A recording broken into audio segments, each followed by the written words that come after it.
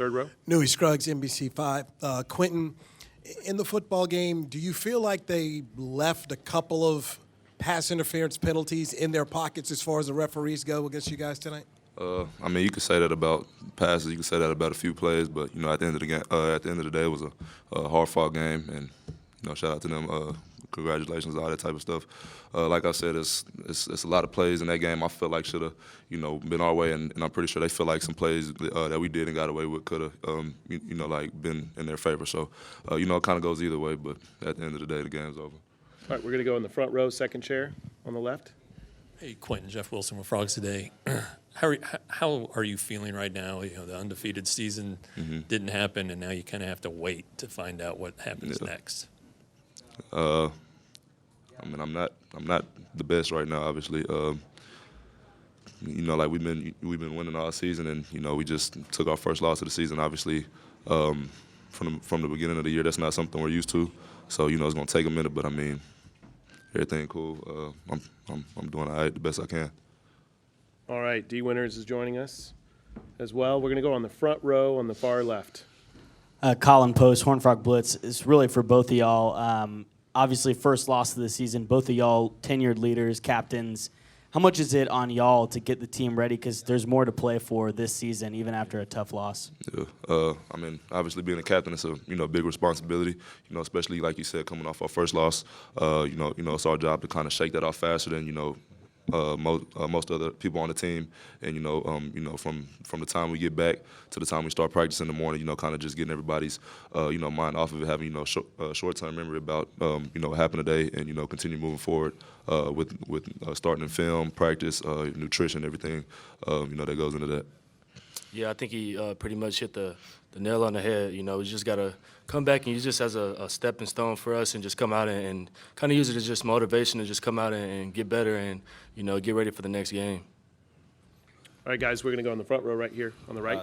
Jamie Plunkett, Frogs Today. This question's for you, D. You guys are obviously down quite a few guys at your position.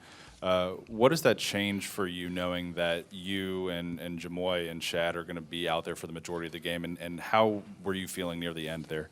Yeah, it kind of messed us up a little bit, but, you know, we all believe in each other as linebackers, whether that be second team, third team, you know, stuff like that. Yeah, we just got to come out and, you know, execute the plays that we, you know, practice and you know, just do that, and we didn't do a very good job of that today. All right, guys, we're going to go back to the front row here on the left. Hey, D. Jeff Wilson, I asked Quentin this before you got here. How are you feeling now? How's the team right now, and what will the next 24 hours be like for you guys while you wait? Yeah, you know, it just sucks to finally get to a championship. That's something that we talked about as soon as the new staff came here. You know, just talking about championships and the fact that we got here and then we weren't able to pull it off. It sucks, but you know, like I just said, you know, we're going to try to use this as motivation to come out and prepare for the next game. All right, guys, we're going to go to the seventh row. Jevin, do you want to raise your hand for the microphone? Right there in front. Javad. Yeah. Jonah. Sorry, I've got somebody arguing with me and saying that TCU should not be in the top four, and I'm curious where you guys feel about that. Quentin, it looked like after the game you were taking in the moment for a second. What were you internalizing there? I mean, like, obviously that's a position we wanted to be in, and I kind of put it in my head at that moment that I want to be there to see the confetti fall down, you know, whether we won or lost.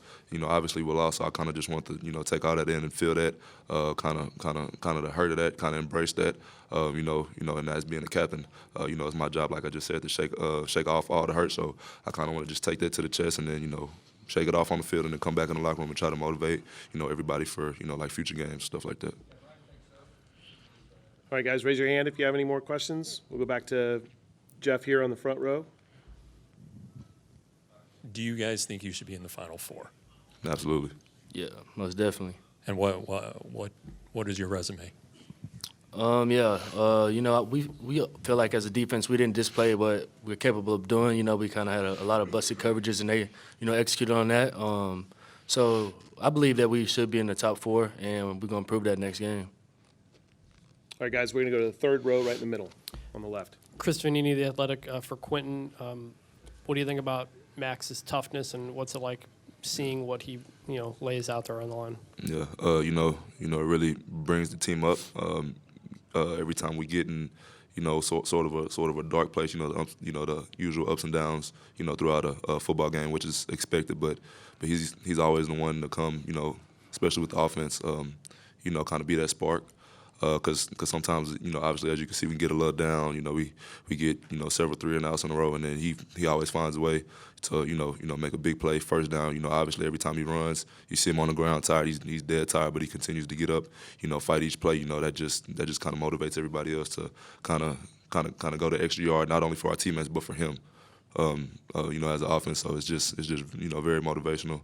Obviously, he puts a lot on his shoulders, being a quarterback, and so, yeah. All right, guys, we're going to go 6 rows back here along the aisle. Jeff Kolb with Fox 4 in Dallas. For both of you guys, there's been a lot of talk throughout, I'd say, the second half of the season about Max Duggan and the Heisman conversation. He's largely deflected that. I think that's his personality. What are your thoughts on him in that conversation? You want me to take it?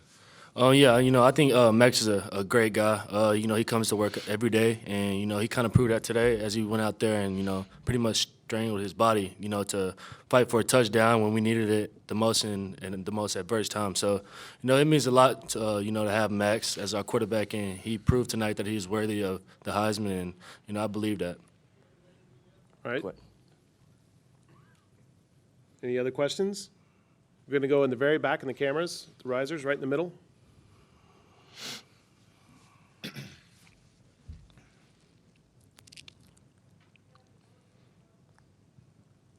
Yeah, Chris Williams, KWTX News 10 in Central Texas. And Quentin, I know you're down right now, but you and Jared both had big plays in the game today. What has it been like to represent Temple, Texas on the national stage this year?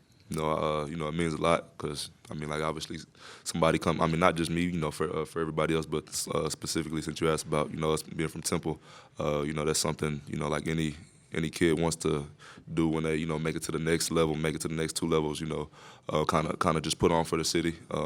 As a term, just kind of, represent them and kind of give, the younger kids, with no hope in your city, kind of a sense of like, okay, I can do it. So obviously, we've been performing on a, big stage, being from the same area on the same team, which is, kind of ironic, but a good thing too. It means a lot. It kind of along with other things adds extra motivation to us to keep going. This is a good example. So they see us down, we lost. Obviously not the best, but they're gonna see how we continue to bounce back for us. So that just continues to feed them and give them a good motivation back at home. Any last questions? We're going to go to the 3rd row right here in the middle. Jordan Tucker, KLKC Radio. If you're not selected for the college football playoffs, what will be your message as the leaders of this locker room? Just keep our head up. We face adversity our entire season, so we just got to come out and prepare like we are going into the playoffs, and handle that situation and take it like a man, and just come out and practice every day, regardless if we're in the top 4 or not. Any other questions? All right, guys, that's it. Thank you.